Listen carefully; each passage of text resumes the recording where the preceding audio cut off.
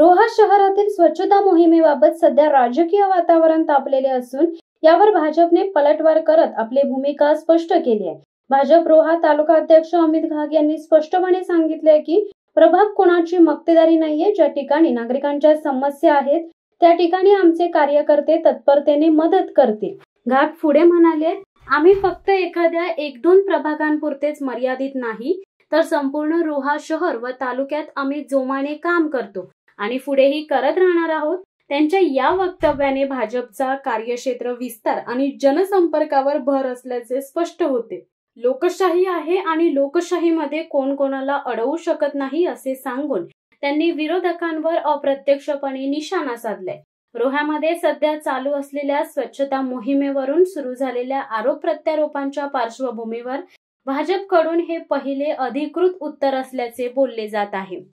आढावा बैठकीचे नियोजन असं आहे की आपल्या पुण्यश्लोक माता अहिल्यादेवी होळकर यांचं त्रिशताब्दी वर्ष हे भारतीय जनता पार्टीच्या माध्यमातून साजरं होत आहे। माता अहिल्याबाई होळकर यांची जी महती आहे ती आपल्या सर्वांना माहीत आहे। आज 300 वर्ष ही जयंती साजरी करत असताना भारतीय जनता पार्टीच्या माध्यमातून त्यांचं जे कार्य आहे ते लोकांसमोर यावं, जनतेसमोर आणखीन मोठ्या प्रमाणात लोकांसमोर माहिती व्हावं। त्या कुठल्या एका समाजाच्या नसून त्या राष्ट्रमाता, त्यांच्या माध्यमातून अनेक वेगवेगळे कार्य घडलेले आहेत। मग मंदिर असतील, त्यांच्या माध्यमातून सुशासन कसं असावं, त्यांच्या माध्यमातून युद्धनीती कशी असावी आणि हे सरकार देखील त्यांनी जे कार्य केलं त्या कार्याच्या अनुषंगाने सरकार देखील काम करते। आणि भारतीय जनता पार्टीने ठरवले की राजमाता ज्या आपल्या पुण्यश्लोक अहिल्यादेवी होळकर आहेत त्यांची जयंती मोठ्या प्रमाणात साजरी करायची। त्यासाठी आम्ही हे नियोजन बैठक लावली होती।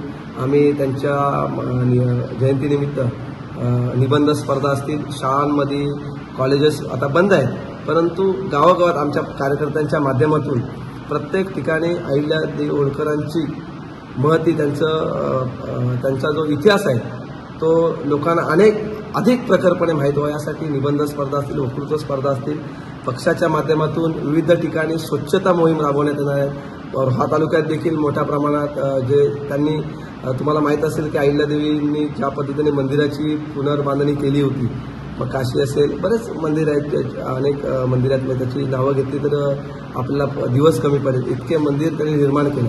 त्यामुळे त्यांचा एक हे म्हणून आम्ही शिवकालीन जे मंदिर आहेत, जे प्राचीन मंदिर आहेत, त्या प्राचीन मंदिराची स्वच्छताचं अभियान घेतलेलं आहे। ज्या ठिकाणी अहिल्यादेवी माता पुण्यश्लोक अहिल्यादेवी होळकरांचे जिथे जिथे स्मारक असतील त्या स्मारकांची स्वच्छता असेल, चौक असतील, त्यांच्या नावाने ज्या ज्या ठिकाणी काही गोष्टी असतील आणि मग विविध वेशभूषा त्यांच्या अहिल्यादेवी होळकरांच्या जे त्यांचं जीवन आहे, मग त्यांचं जीवन जे आहे, मग ते त्यांचं जीवन जेव्हा त्या एक आपल्या पत्नी म्हणून होत्या, त्यानंतर त्या एक त्यानंतर त्या गादीवर बसल्यानंतर आणि नंतर त्या एक प्रशासक म्हणून जेव्हा त्या काम केलं, अशा 3 टप्प्यामध्ये त्यांचं जीवन आहे आणि त्यांचं जीवन एका महिलेला कसं पुढे नेता येतं हे सरकार देखील आमचं काम करतं। त्यामुळे अहिल्याबाई होळकरांच्या जीवनावरती आम्ही सगळा त्यांचा जीवनपट पूर्ण समाजासमोर यावा या अनुषंगाने भारतीय जनता पार्टीच्या माध्यमातून महाराष्ट्रात नव्हे तर देशभरात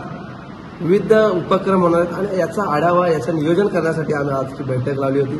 पत्रकार बांधवांना देखील विनंती आहे की या पुण्यश्लोक अहिल्याबाई होळकरांची महती ही जगासमोर आणखीन प्रखरपणे यावी यासाठी आपण देखील आम्हाला या पद्धतीत सहकार्य करावं। स्वच्छ भारत अभियान हा पंतप्रधान नरेंद्र मोदींनी दिलेला नारा, तो स्वच्छ भारतचा नारा आणि स्वच्छता हे भारतीय जनता पार्टीचं एक अतूट नातं आहे।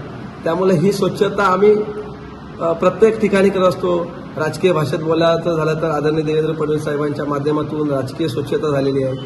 रोहा शहरात देखील आम्ही वेगवेगळे उपक्रम ज्यावेळी 2 ऑक्टोबर ते 17 सप्टेंबर ते 2 ऑक्टोबर हा आमचा अभियान चालू असतो। स्वच्छताचे वेगवेगळे उपक्रम असतात आणि आता आमच्या शहरामध्ये देखील कार्यकर्त्यांच्या माध्यमातून तुम्ही पाहिलं असाल की शहरामध्ये असेल, तालुक्यामध्ये असेल, आम्ही विविध उपक्रम घेत असतो। ज्या ज्या ठिकाणी आम्हाला स्वच्छता दिसत नाही त्या ठिकाणी आमचे कार्यकर्ते स्वतः रस्त्यावर उतरून काम करून घेत असतात। आता MIDCची नालेसफाईचं काम चालू आहे. आम्ही देखील MIDCला देखील पत्र दिलेलं आहे की नालेसफाई योग्य झाली पाहिजे, कारण मागच्या वेळी नालेसफाई न झाल्यामुळे पूर सदृश परिस्थिती झाली होती.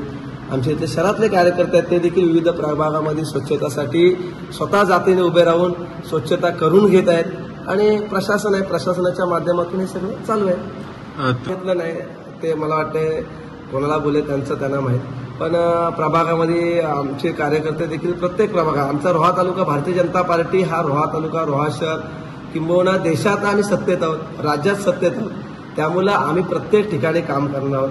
त्यामुळे ते काही नाव घेऊन कोणाला बोलले नाही, परंतु आम्ही प्रत्येक प्रभागात काम करणार. मी देखील, आम्हाला वरिष्ठांनी देखील ते सूचना दिलेल्या आहेत की केंद्र सरकारच्या योजना असतील, केंद्र सरकारच्या असतील, राज्य सरकारच्या असतील, या तळागाळात पोहोचवलं पाहिजे.